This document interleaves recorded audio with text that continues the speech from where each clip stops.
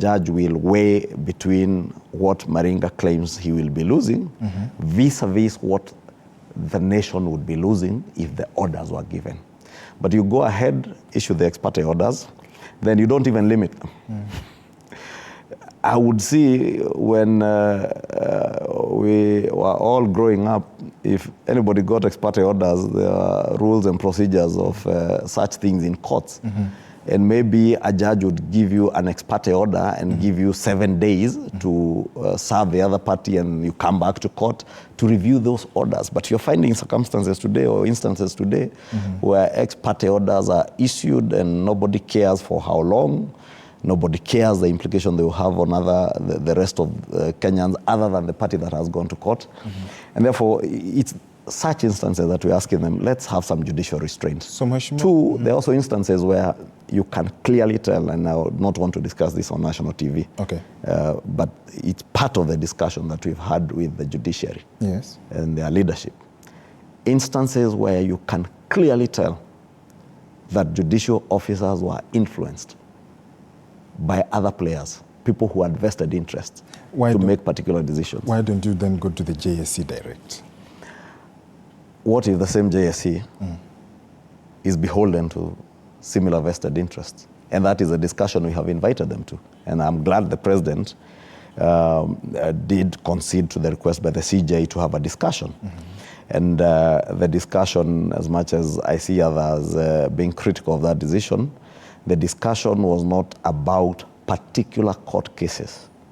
The discussion was about the issues that are being raised, touching on corruption, touching on capture of the judiciary by people who have vested interests, touching on issues to do with integrity in the judiciary and other arms of government. And that is a discussion I'm happy that when the three heads of the three arms of government, led by the president as head of the executive and as head of state, together with the speakers and Chief Justice, did agree that there are indeed critical issues that we need to discuss as Kenyans. And I think that is not a debate anybody should seek to run away from.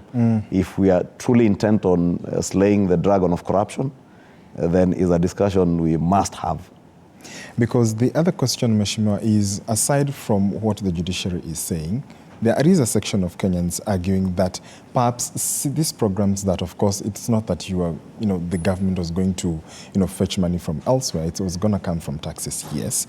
But would it have been sort of staggered or, separated in a way that, if I see Raphael Maithia here saying, hi George, ask the leader of majority, if they complain the country does not have money, why can't they concentrate on affordable items and let people recover? Are building houses going to bring life simple, or it's just a show-off? When you listen to such concerns, don't you think that perhaps it was quote-unquote too soon to bring all these issues together, having come from the pandemic, that the government clearly admits that we're in a bad financial situation, but to sort of wait until Kenyans can be able to even feel money in their pockets? Maringa, speak to any economist, and I'm a student of economics.